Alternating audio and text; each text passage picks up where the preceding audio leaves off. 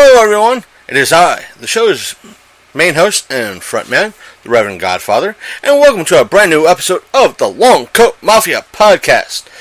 And today we're going to talk about a few things. This episode might not be that long. It might actually be under 15 minutes, but then again, I've been wrong before. Look at Otakon, last week's episode. Speaking of which, I do have some news about that, but first, while it's still fresh in my mind, this Sunday evening, I just came back from the theater, maybe about an hour or so ago, and I saw The Dark Tower. And granted, a lot of you have been with this show, listening to the show over the past couple of months. You heard me talking about this show and how scared I was about this show. And that the fact that I was kind of happy that Ron Howard was the director of this movie. And I'll tell you this right now, I still am. With what he did a brilliant job directing this movie. I have no qualms with what he did in reference to directing and gearing the story in reference to the movie. I will say this, again, yeah, Stephen King kind of did his best fire control type of thing, because overall this movie is about as close to the books as World War Z was close to the book.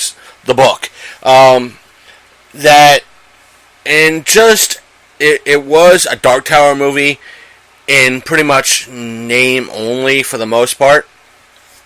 The way World War Z was a zombie movie for the most part. Let me explain. For those who are not familiar with the book World War Z, first off, I do recommend picking it up. It's a great read. I've been hearing that's an even better audiobook with all the people that read it, with all the celebrities. So I gotta check that out. I want to hear it. But the book is not necessarily, in reference to World War Z, it's not necessarily a novel per se. It's written like someone doing an interview, taking reports about people's individual experience during the zombie apocalypse and what was happening after. It's very well done. Max Brooks is, I believe, the person that wrote World War Z. So he did a wonderful job. But the movie did not match up with the book. It took the story from a completely different route. Some of the characters that were in the book might have had an appearance name only in the aspect of the movie. From what I remember of World War Z, there was only a couple of lines that matched up with the book, but with this, with The Dark Tower, I'm just trying to give you folks some context here. With this, it's let me backtrack. Max Brooks pretty much said, yes, this is the best thing in reference to the movie, yada yada yada. Granted, he was paid probably a lot of money for the rights to the movie. It's his job to hype the movie. Same thing with Stephen King. He has one of his books made into a TV show or a movie or a mini series or so forth and so on. It's his job to kind of explain it and kind of hype it up. And that's his job after at this point. And Stephen King's words were that this is, for those who are familiar with the Dark Tower series, that there are other worlds, other dimensions, and other universal parallels. Kind of explaining why Roland was played by, gotta pause this, by, I know I'm butchering his name, Aldous Elba, who played, in Thor, he played the Rainbow Bridge Guardian. He was very good in this, I'm going to say that. So did Matthew McConaughey, playing the Man in Black. Both did a fabulous job, but Stephen King said the reason why Miss Elba was playing Rowan is just that the movie takes place in a kind of a different dimension that kind of parallels Roland's dimension, kind of playing off the differences. There were a lot of Easter eggs in this. It was the Easter eggs were very book heavy. It didn't follow the book. If it did follow the book, people would probably be very, very confused. I'm happy with what they did. Again, Ron Howard did a fabulous job. I think the reason why a lot of people have I did not hate this movie. As a standalone movie, if you're not really a fan of Stephen King or you haven't really read the books, it's kind of the movie is way different, but it's very information heavy. Not as heavy as something like Lord of the Rings or The Hobbit, but there's a lot of meat to this story because the aspect of the Dark Tower doesn't just tie in with the 7 books. It ties in with Stephen King's It. It ties in with Insomnia. It ties in with Dreamcatcher. It ties in with a whole plethora of other Stephen King's works. You see everything. Once you start reading his books, it ties into the Dark Tower series. So each one's kind of a branch off. For the comic book fans, it's like reading, Civil War, and then picking up a lot of the side books, you see the side books and it explains the story a little bit more, or you see a lot of the Easter eggs and the main storyline in the side books and vice versa. There were a lot of Easter eggs that for the Stephen King fans, meaning they're you see, I'm not spoiling anything story-wise. In one point, they're in Roland's world, Midworld. They walk by a kind of an abandoned amusement park, and it's the Pennywise amusement park, kind of giving a nod to Stephen King's It. There is a kind of there's a lot of stuff that only Stephen King fans and fans of the Dark Tower series will get a lot of the nods, like the Dixie Pig. There is a kind of a rusted out train, it looks like, with a face on it, which is kind of correlation with some of the later books. I think book 3, and beginning of book 4.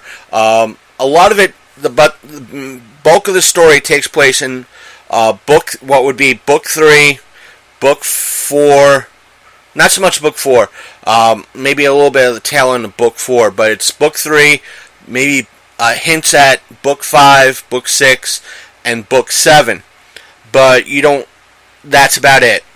And it centers primarily again with Jake and Roland. Jake's mental abilities in this are brought up in books 5, mostly in book 5, 6, and book 6, in reference to him being kind of special in that way, meaning he has the ability to read minds, so forth and so on. There are other nods. Let's see. There was a Christine nod, a Cujo nod, a Shining nod. There was a lot of just hidden stuff that you had to be a fan of Stephen King over the years and just to pick up and not kind of attach to. And also the whole aspect of the number 19. Just that I don't know exactly why they strayed away from different aspects like the doors and everything else. I do recommend reading the Dark Tower series, but if you don't have the time to read, but if you're sitting in a desk most of the time, or you do a lot of traveling via a car, pick up the audiobooks. You could find them somewhere. I think Uncle Tony might have a copy of the audiobooks sitting around somewhere that he could give you a copy and let you guys listen to. Just search around the usual spots for them, you'll find them. But overall, if you don't really look at it as a movie adaptation of a book series.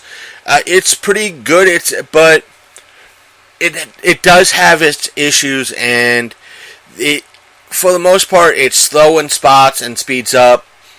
But overall, I'm going to give it probably a 6 out of 10.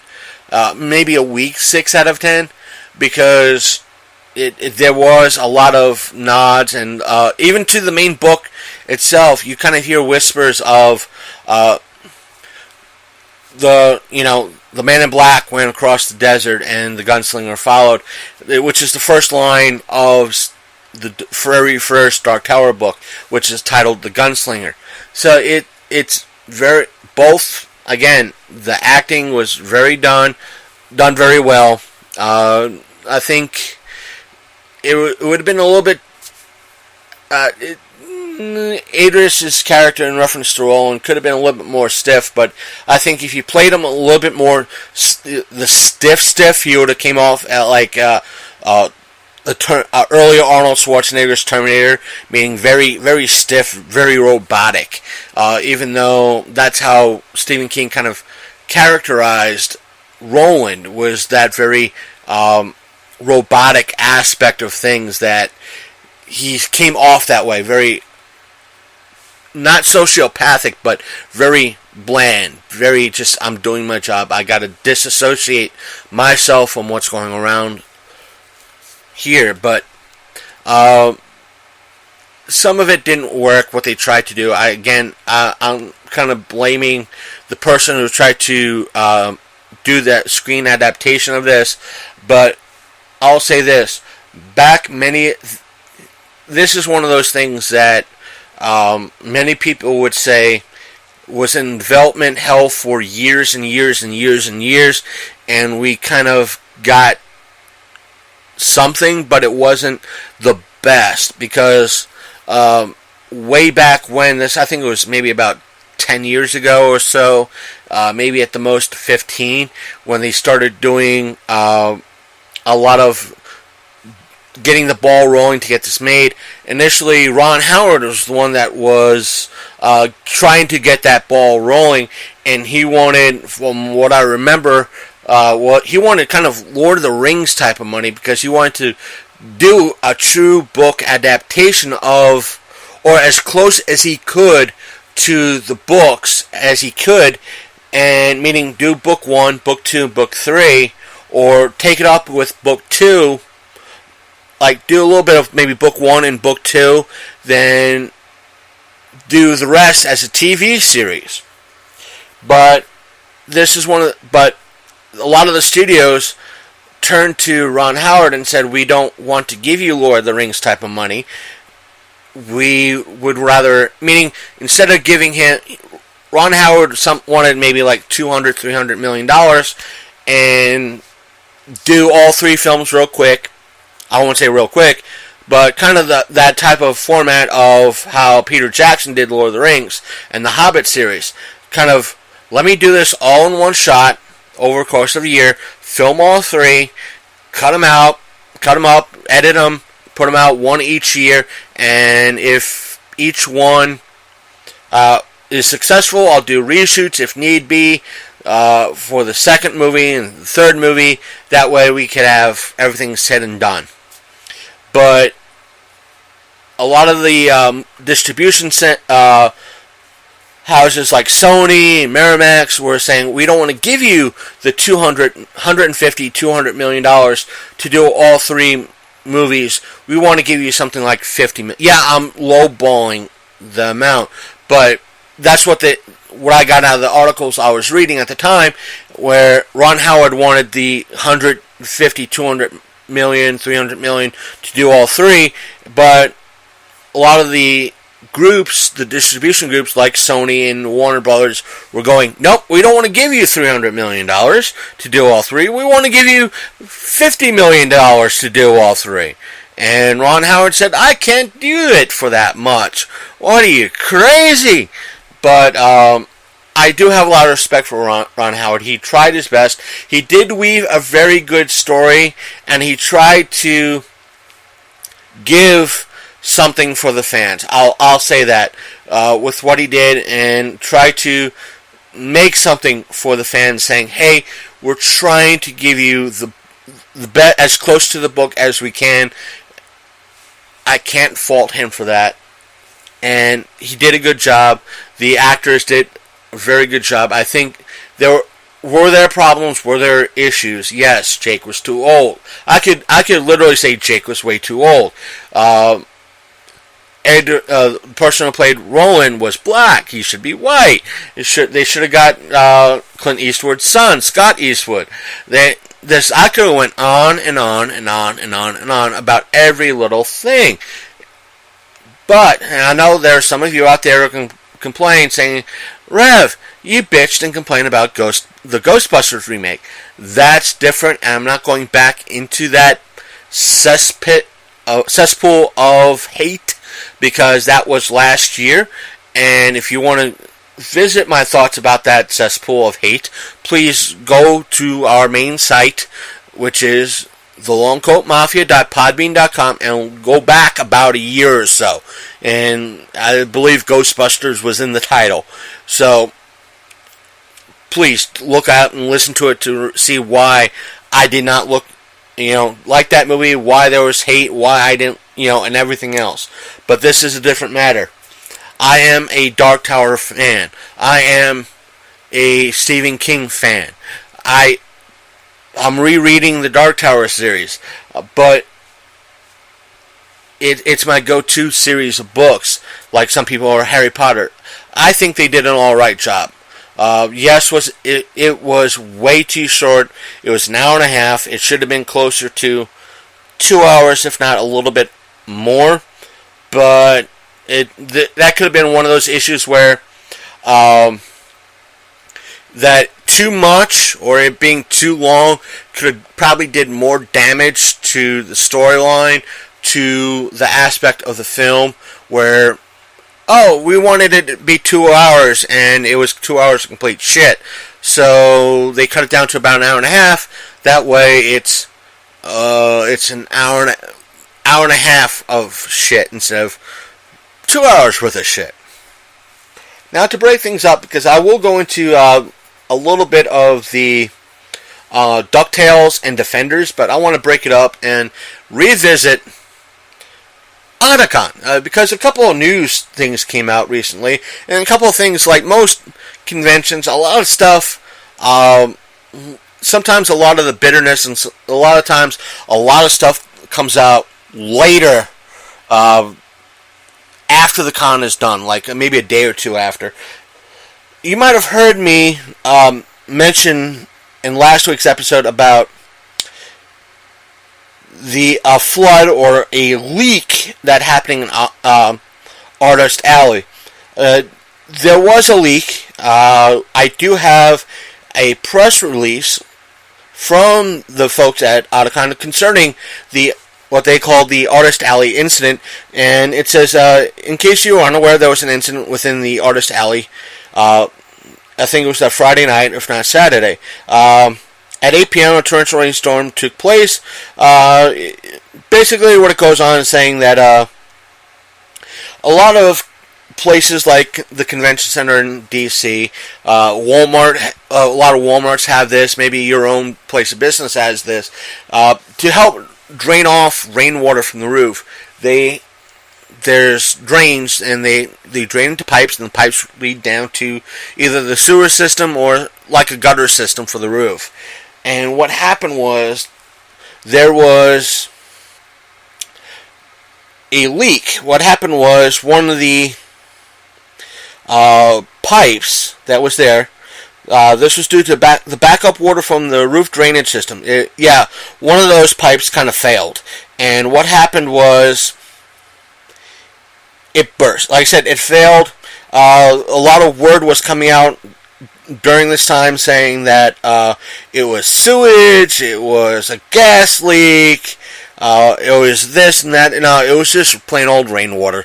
Was there any contaminant or whatever was on the roof? Dirt, dust, smog stuff that might have been settled on the roof. That might have been included in it. So it might have been a little stinky, but it wasn't sewage. Basically, it said within a couple hours. By the time, due to the evacuation, there was a slip and fall incident, and there was a sprained ankle incident. That was it. Yes, it says one reporting a twisted an ankle, another one fell.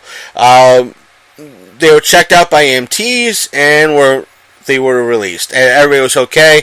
There might have been some flood damage to a couple of the booths, but nothing major. And that's all it was. I'm not reading this email verbatim, but that was it. By the time the next day started, everything was nice and dry. Everybody had a good time. But the other thing that came out was there was an incident. I think it might have been, if not late Friday evening, like early Friday evening, if not sometime on Saturday. There was an incident with a YouTuber. I won't say a big YouTuber, but I want to say this.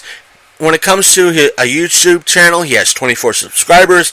I barely have 4 for the show.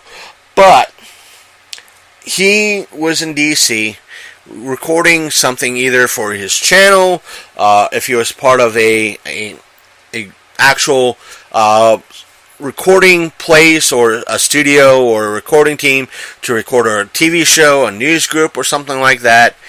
He did not specify in his YouTube, and the YouTube title of the video was "I got thrown out of Otakon."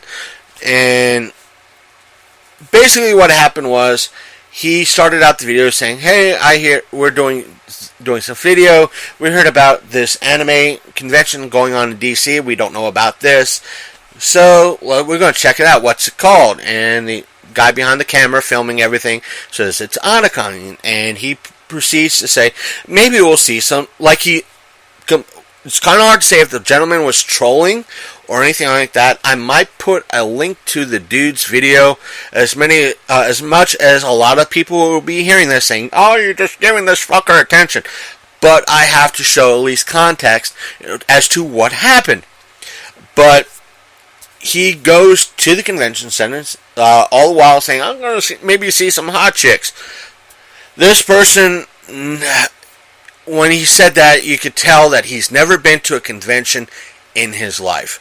And for some of you out there, a convention is not, it's open to the public, meaning anybody and their uncle and aunt can go, buy a ticket, and attend. They will not deny anybody admittance to a convention, which means you can buy a ticket. The only time they're going to tell you no is that if you're being an asshole or a dick. Someone being extremely rude, causing a disruption, or doing something that is illegal, immoral, that, harassing the attendees, harassing the guests, that stuff. They'll, say, "No, you can't be here. You're being a bully. You're being harassing. Whatever. Please leave." And to continue, what happens is he goes to the convention. He goes through the front door. The people that were at that door didn't ask to see if he didn't have a pass around his neck, neither the regular pass or something saying press pass on it. Basically, my ticket, for those who have seen the Instagram picture, that was also shared to our Facebook page, it was the pass that everybody had, which was a lanyard plastic pass, and press had a special little attachment, a cloth attachment to the bottom that said press. So that was the press pass. Normal ticket holders just had the normal pass. But he got in. No one said, "Hey, do you have a pass?" or anything like that. He went in, got his bag checked, because that was the standard procedure of the show. From then, he was walking around, taking pictures, talking to some of the people, a lot of the people in the cosplay. Some of it seemed a little bit creepy. He didn't really get caught until he wandered into the photographer's area. And this is something I didn't tell you guys last week. There was an area in the convention set up for the professional photographers, or people with the expensive $300 DSLR type cameras. The area was set up for those who were in cosplay and they wanted professional or something close to professional photography done for their outfits. I don't blame Otakon. And plus, they had a computer set up to do the photo editing there on site. I don't know Otakon's procedures in reference to this area, but from what I gathered, that because I was press, I was more than welcome to be in this area and be a part of this environment, which means if I had a DSLR camera or one of the higher end cameras that are out there and I wanted to edit my photos for the show before I put them up on Instagram or put them up on our Facebook page, I would probably been more than welcome to do so. There were probably a few steps I had to go through though, but because of this and because of this person's partner recording video, there was I take it, a lot of minorities, kids being their video taken and photos taken without explicit permission. Now, this is a touchy area. You heard me speak about this prior, because there are many people that believe that there's several type of people when it comes to filming or recording children. And me and Earl kind of agreed with each other when this issue happened with the Chocolate Festival, that there's several type of people get involved. There's a lot of legality and issues that are involved when it comes to children and recording. Sometimes you have the kids that they would love the fact that they're getting recorded and that their stuff is going to be available for everybody to listen to and or see. And there's the other group that they don't want to be recorded. It's not cool. They don't want to. Then you have the parents to deal with, whereas you have the parents saying, "Hey, yes, it's cool, it's great. You have our permission to record our child and put it up on as a audio podcast or a video on YouTube for your YouTube channel."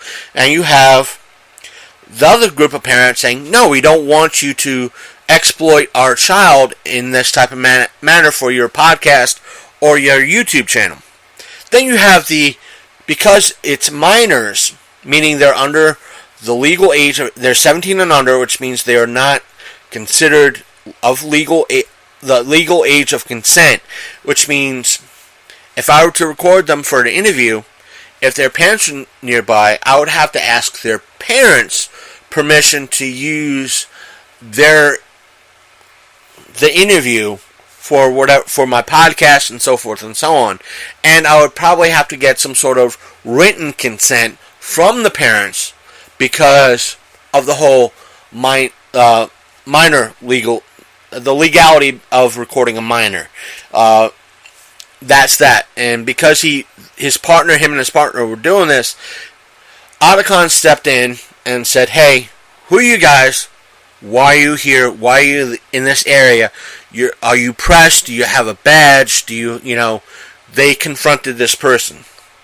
Now, this is where a lot of people agreed that there was a lot of wrong on both sides. Yes, the YouTuber was a little rude and coming off a little creepy,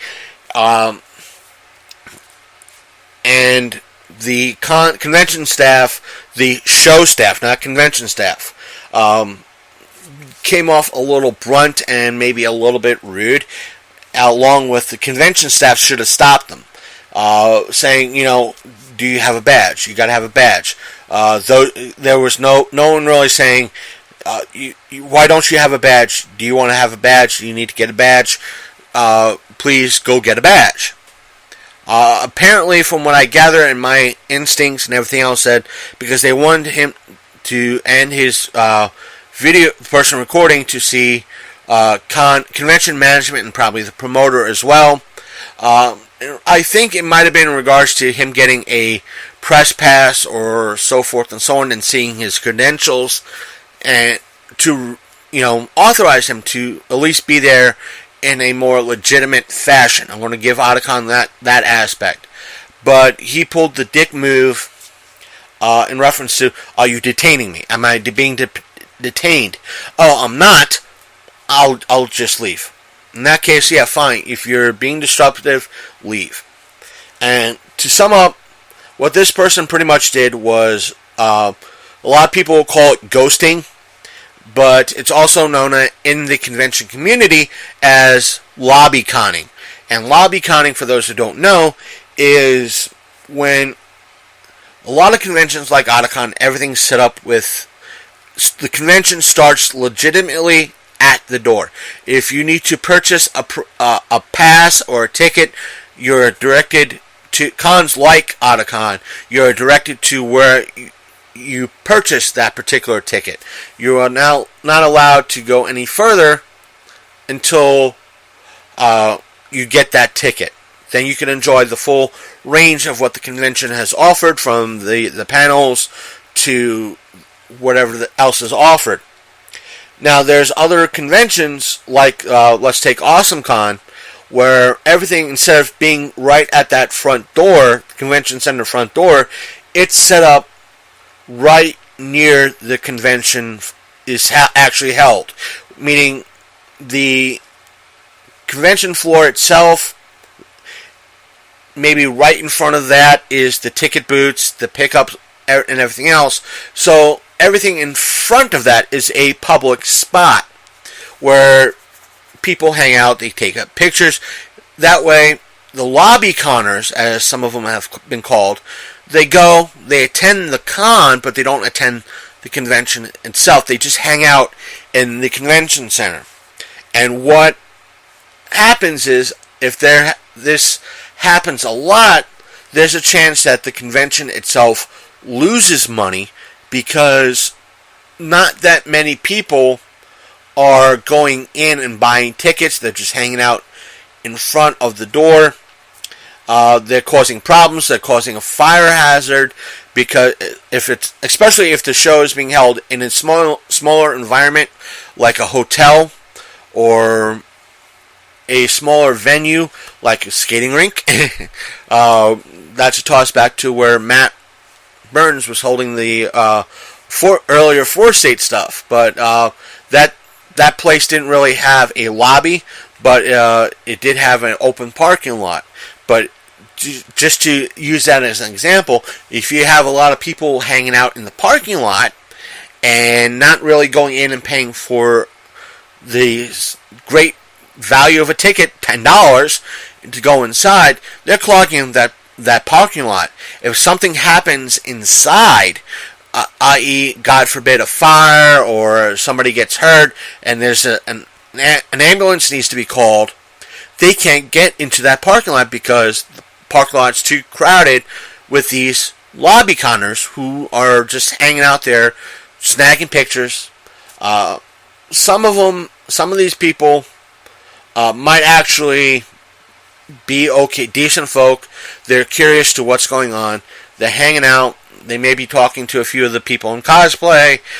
They're there to visit friends real quick to, hey, we're going to grab, we're going to go here at the end of the show. When you're done with the show, come hang out with us. That's fine. That's dandy. But you have sometimes you have the creepers that don't really, they do more harm than good. Like this gentleman. Instead of being more polite and saying, sure, I would love to get a ticket, how much are the tickets, or if there was a little bit more communication between him, the person that, I wouldn't say detained him, but, actually confronted him, saying, hey, let's take you to make sure you get proper credentials. There's that. Now, that's about it. Like I said, I'll put a link to the person's video so you can get context and see what actually happened with him.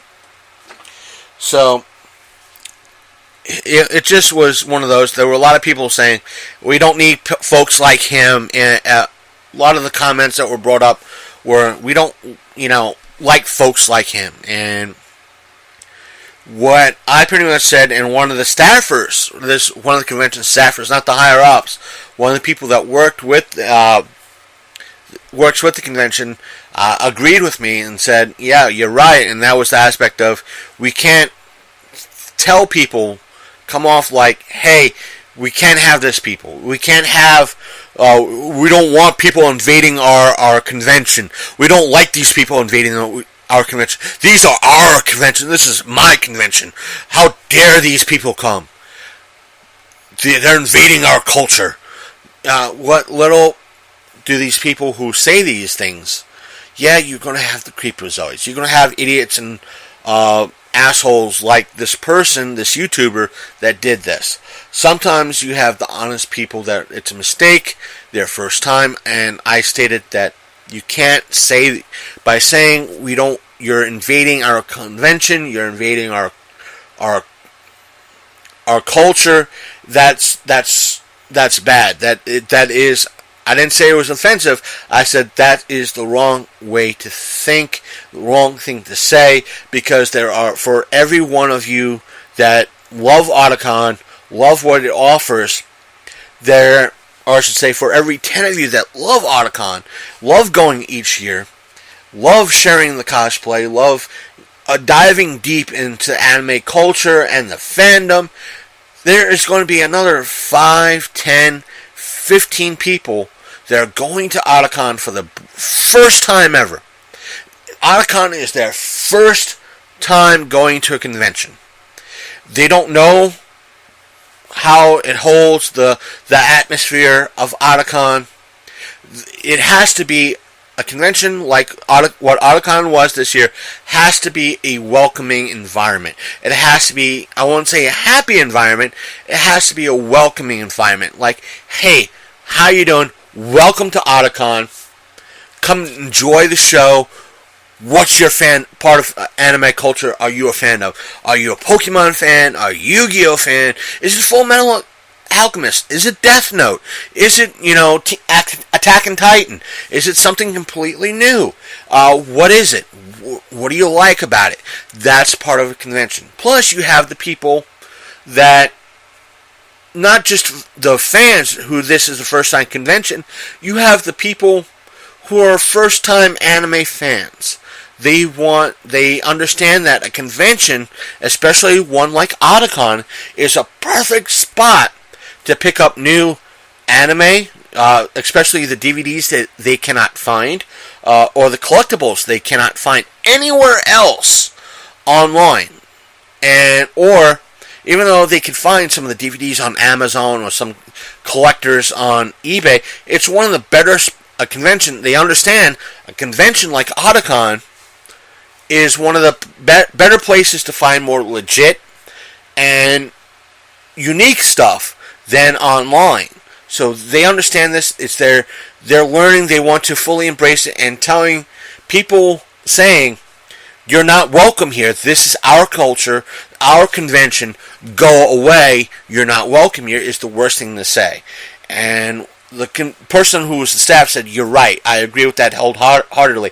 It has to be welcoming." And that's where he said, or I think, yeah, it was he said that they were working on, in reference to getting a better air about themselves, being more welcoming.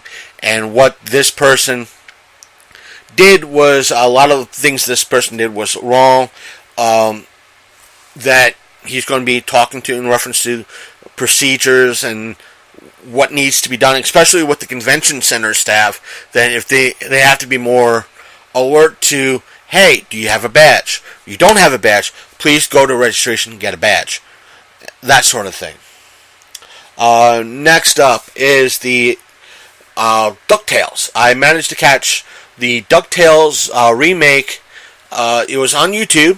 It was 44 minutes long without commercials. Yes, it was put up online. I honestly, as someone who would say, how dare you ruin my childhood, I can't really say that about this. Honestly, with DuckTales, I'll say this, the voice acting needs a little bit of a tweaking. That's about it. And I'm not a fan of the animation style, but all in all, the theme was there. It had a sizable chunk of what the original series had. The soul of the original series. It had that chunk. It had that soul. Or at least part of it. And that's what I liked. And I was sitting like, watching it like, hey, I'm actually enjoying this. They're giving more... They're doing it a little... They're doing their own style, but a lot of the stuff is on par with the original series. What the original series had. And what they're trying to not only do their own thing, but trying to do something that the original fans have. And I like that. And I'm going to, out of a rating for that, I'm going to give them a 7 out of 10. A solid 7 out of 10. And lastly, let's talk about the Defenders. As a lot of you know, as of this recording, which is Sunday night, the Defenders dropped on Friday. I didn't get a chance to watch everything on Friday with everything going on Saturday. I think I'm about midway through the season, if you will. I have the remaining season to watch, which I'll probably do after I get done with this. But I am liking what I see so far. They're doing a pretty good job with introducing and trying to bring you each character and then watch everything throttle and come together. It was kind of fun watching Luke Cage and Iron Fist fight it out. It was very one-sided, so to speak, until Iron Fist decided to light up and use that option. But yes, the thing is, the problem with it that I see so far is that the Jessica Jones character. She's supposed to be super strong. I mean, really, really strong. And they are not really playing that up too much. Whereas with Luke Cage, him being pretty much, I won't say immortal, but very thick skin, so to speak, that kind of invulnerable to projectiles and so forth and so on, which is very easy. Iron Fist having, the Iron Fist and being a student of martial arts, and Daredevil being, Daredevil with his abilities.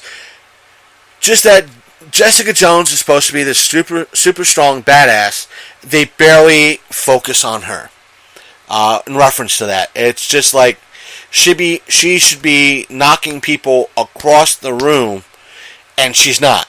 It's like at times they ran out of budget with her. Iron Cage knocked people across the room. Iron Fist, Danny Rand, lit up his fist and knocked somebody across the room. Daredevil, Matt Murdock, used his abilities and he kicked somebody 15 feet. He not necessarily just did his thing. 15 people all at once, all while blindfolded. Jessica Jones hitting people like somebody off the street. That's it. Like she was just somebody who just wandered in. I'll help you guys, and just generally was beating people up without them flying across the room the way they should be, and her being that super strong.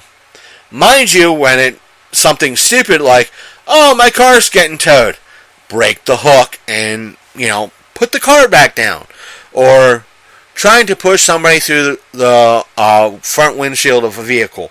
Other than that, they're not showing her powers that much, which I think they should be showing, yes, it's a little bit hypocritical for me saying, hey, I'm trying to do that SJW type of thing. I'm not. It's just that they're giving more so the guys, showing off the guy stuff than her, which it doesn't seem too balanced. Yet she does have her moments, but it's, hey, what about Jessica? But she's usually her grumpy old self that she doesn't want to do this. She's whatever. I'll probably be giving you guys my final verdict when we have our hostful over the next week or two. Our next hostful will probably be recording next week. So, but still, there's that. So I'll give the final review when I watch the whole series. But since I'm only midway through the series right now, I do like what I see. I like the dynamic. I just want to complete the series before I give you guys and gals my final verdict. But that's that for now. I hope you guys were able to tolerate the whirring in the background, because that was my fan.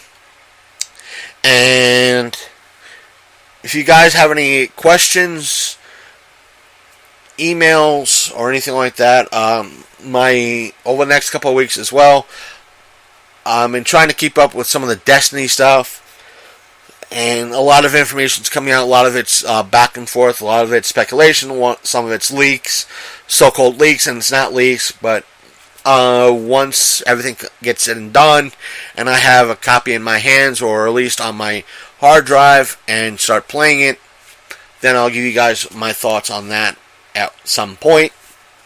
But for now, again, hope to see you guys next week. If you have any questions, comments, or smart remarks, please send them via if you want to do it that way, send them via email by using the email longcoatmafia@gmail.com. As I said before, if you want to go back into our archives and listen to our episodes since day one, you could just go up to our main website, which is thelongcoatmafia.podbean.com. Or if you want to use a Apple mobile device like a iPhone or a iPod Touch or a iPad, you can just visit Apple Podcasts or use iTunes and subscribe that way. If you use an Android-based device, you could always go to Google Play Music and subscribe that way. If you like what you hear, please leave a review at least on iTunes. It does help us. And when you subscribe, you get every episode as soon as I drop them, instead of waiting a couple of days. See, what else? Our Instagram is at Longcoat Mafia. Our Twitter is also at Longcoat Mafia. I should be putting up some bike night stuff shortly, plus a few other things. I have some. I don't think I have any more Otakon stuff. It's mostly bike night, and maybe some stuff from the eclipse that, depending on when you listen to this, will be Monday. I might put some stuff on Instagram. I got a whole mess of stuff to put up on Instagram, plus my personal page too. But still, we're still working on our YouTube channel, so stick with that. Or if you do watch a lot of YouTube, just go to YouTube, look up Longcoat Mafia Podcast. Our show will come up. Hit subscribe, and stay tuned. At least this show is available to listen to on YouTube. And that's pretty much it. You guys take care. Hope you guys, if you're listening to this after the eclipse on Monday, the 21st, hope you enjoyed, had fun. Just remember, if you're listening to this on Monday and the eclipse hasn't happened yet, please do not buy any plants. Please do not buy any plants. Reasons. Wait until after. And do not buy anything that looks like a Venus flytrap till after. But either way, take care, folks. Have a good day. See you next time on the Longcoat Mafia.